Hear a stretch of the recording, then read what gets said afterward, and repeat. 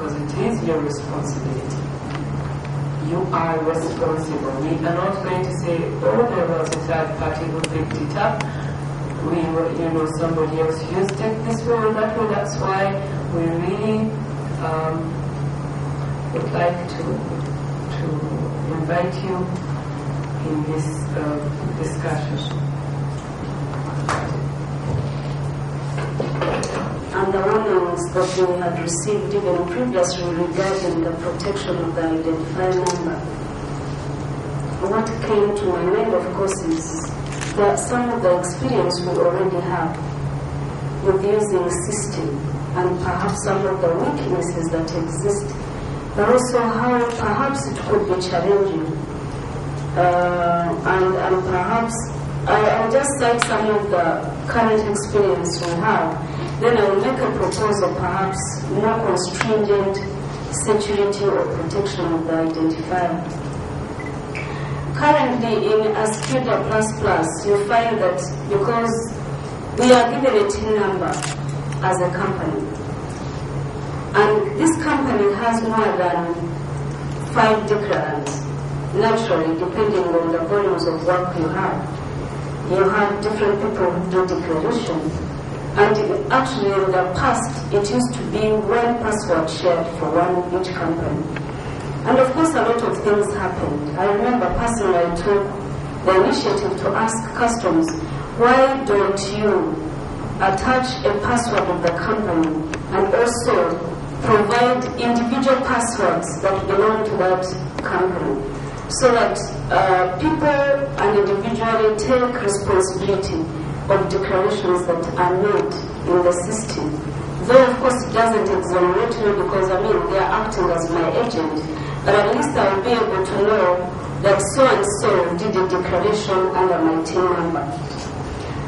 And therefore, I would really want to propose at this point that on top of the identifier, would indeed be possible in the system to strictly attach identifier to an organization.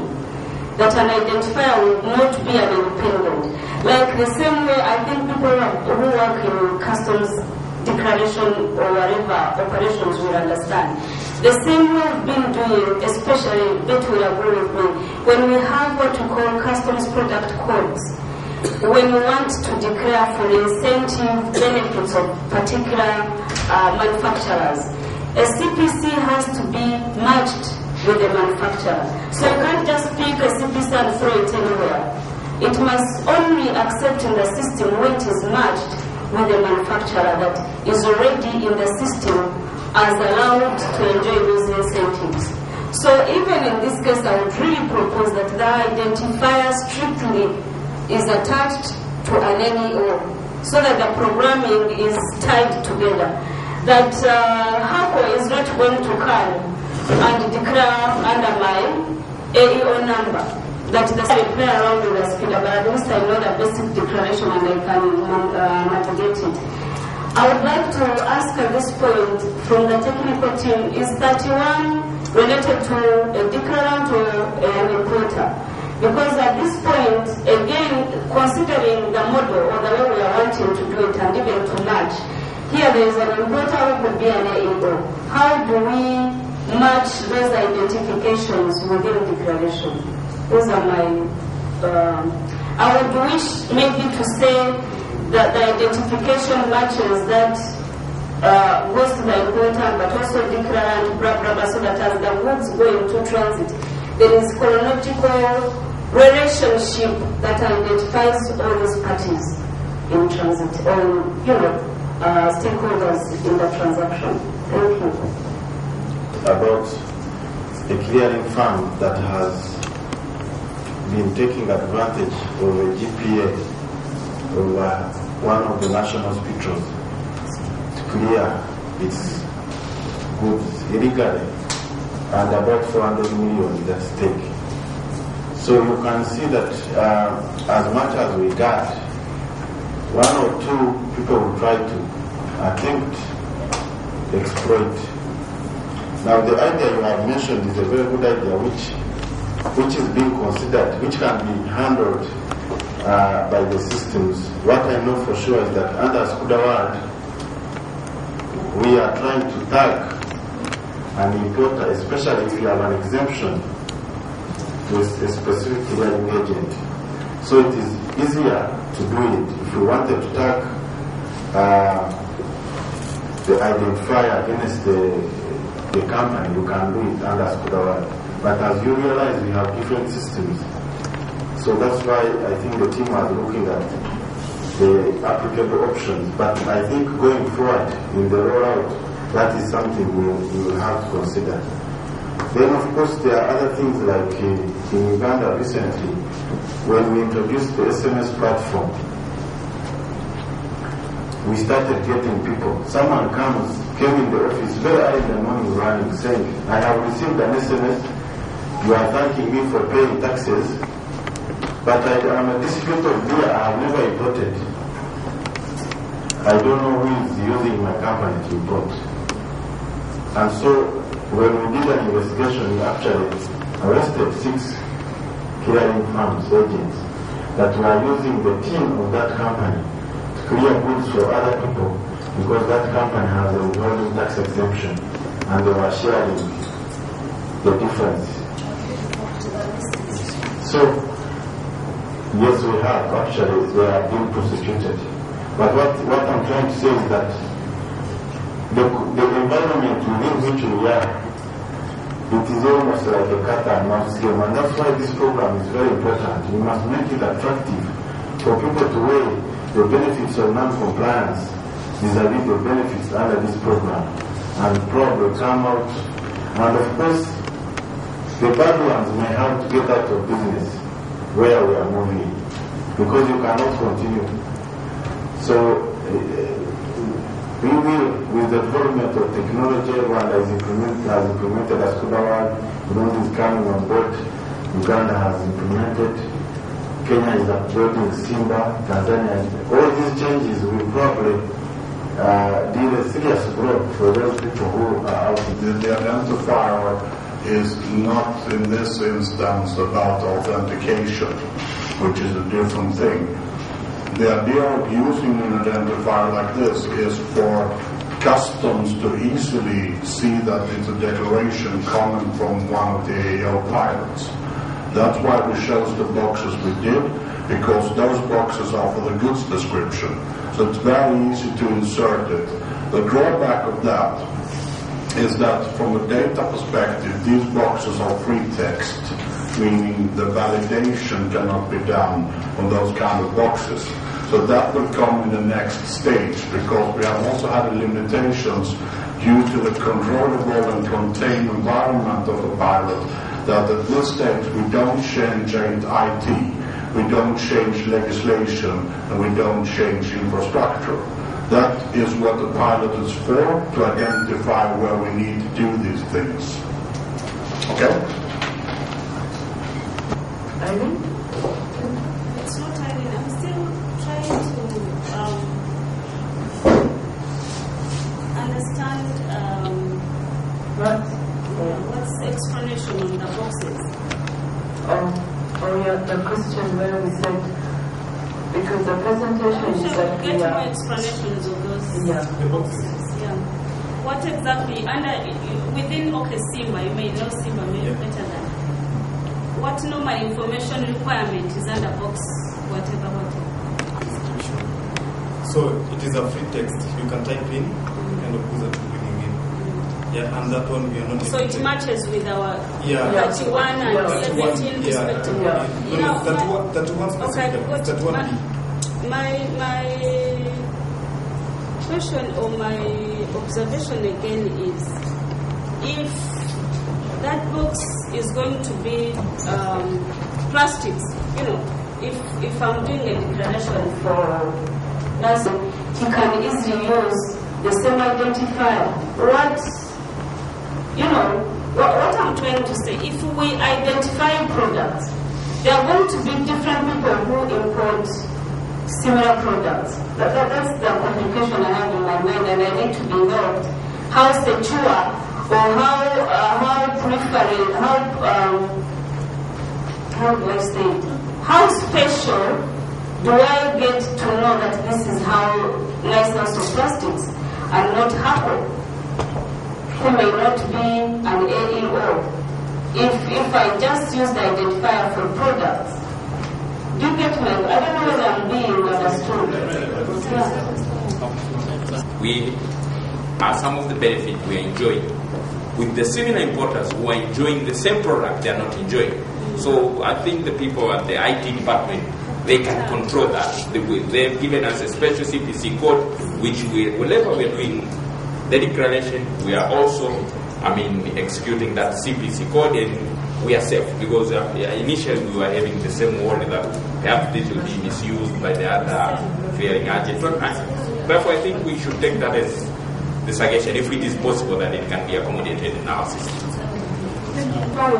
It's not a HS code. It's like the way you see the seals.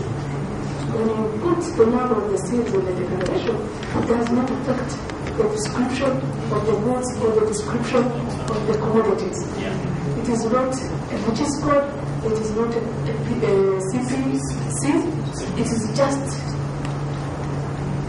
numbers or figures that an officer on the border will easily see in the declaration, or whoever is seated there will see that so and so is lodging the declaration and is an AEO.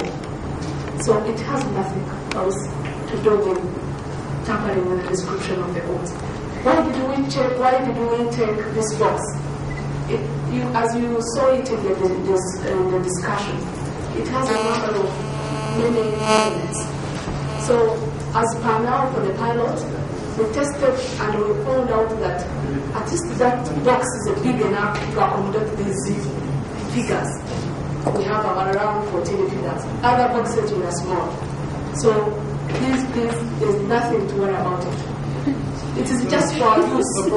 I am a declarant, and I've known Unified 013 with Brabra, the other. Somebody else can pick this. This is what we say.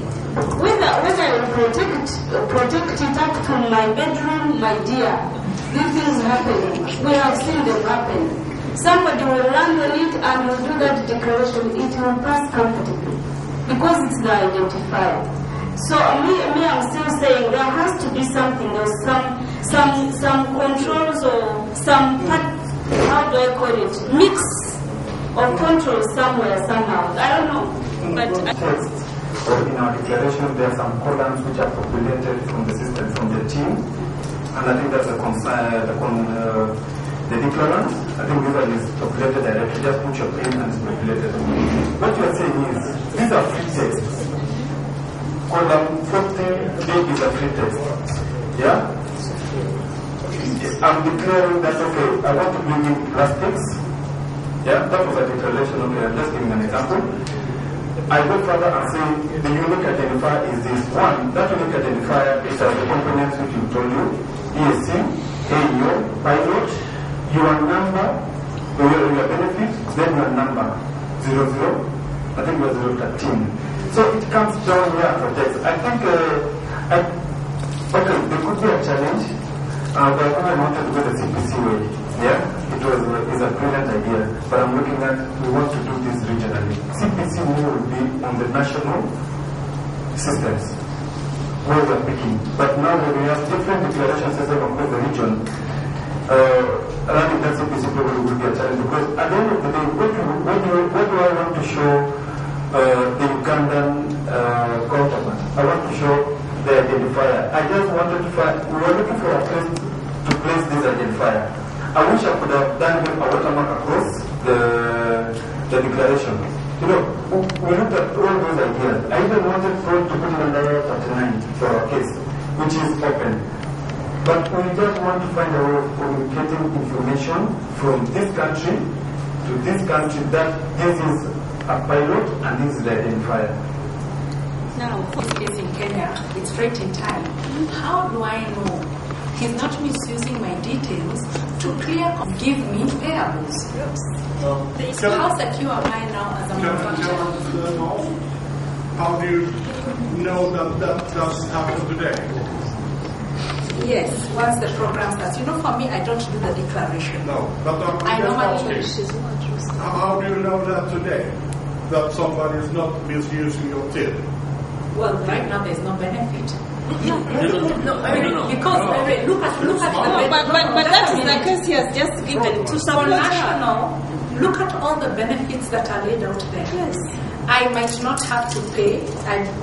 Destination, the benefits are better, unlike the national one currently. I mean, we are trying to sort the problem. I am getting That's scared. why. No. Actually, she's more at risk. Yes. I understand. We understand you, ladies. When we talk about the process, we're not talking that this transaction started then when the goods are appearing. We're talking about you having informed us maybe 2 weeks earlier. We are talking about knowing this information in advance and therefore protecting your interest and making sure your benefit is given to you. Not only by releasing you, okay, but also to make sure that it is exactly that which is coming in the system for you. But with this system, we are saying we have prior notification. We therefore support you as you. That's why you see you're 13 and you're not 15.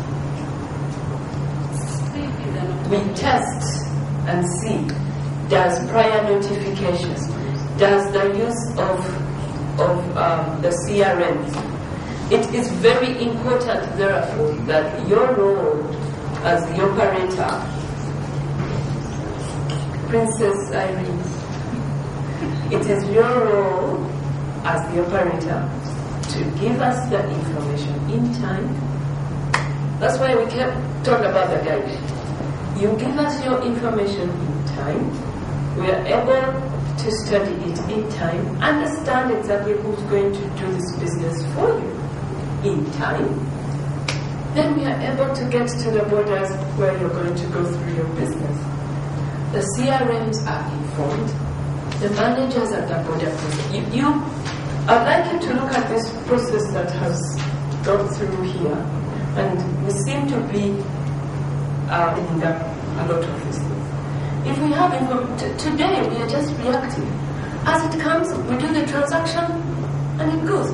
The agent, or whoever it is, or I don't want to say the agents, or the transporters abroad, or whatever, but whoever it is that decides to do anything with your so-called TIN number, or whatever identification number, knows that he can go away with it because there is no time.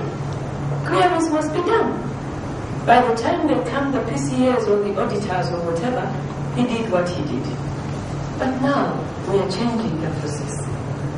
We would like to put more human resource in the back end to do good analysis, be able to prepare for you in advance. Appropriately prepare for you in advance. And we see how those goods won't get to you. And we see how that identifier will become. So then that is where the pilot comes in.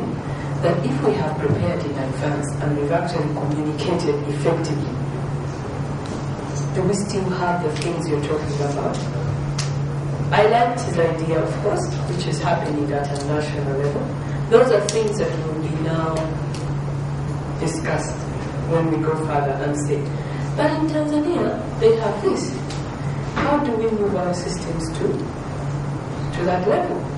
But let's believe always that systems are only given to us after we input what we want them to give us. See? So again, looking at a system and saying, if we can put this in there, if we can put this in there, it can still be corrected. They're using it from the examples we're giving up. So let's do this process, the procedure. Let's be able to trust and say, how do we change our mindset of our officers? How do we communicate better in this marriage? Let's communicate in time. Don't say we'll have dinner at 8 and then you come and say we're having it at 10. What's the point? 8 and 10 is still an hour. No. So let's just try to use the process, understand it very well, and through those key areas, I'm sure will be comforted. At least we run the pilot and say, okay, in this particular transaction we communicated in time, we actually set up the identifier, we actually did all these things, but still we got an issue in maybe on the product, maybe on the border post. You know, this time we know exactly where to pinpoint. Because even when you see the problems that happen on that side or whatever, going backwards is so difficult. You actually end up with a dead end because you never got information before. Isn't it? So I think that's the trick. Can we have having a break tea? Yes. But it's already 5 o'clock, isn't it? I would like to have tea and then be able to proceed to the beach. If we can still see the hotel, yes, it's still bright.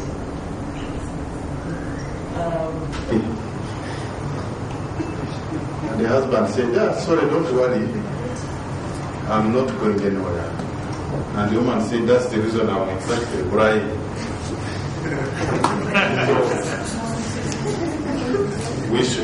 This story has been around the partnership, but I think we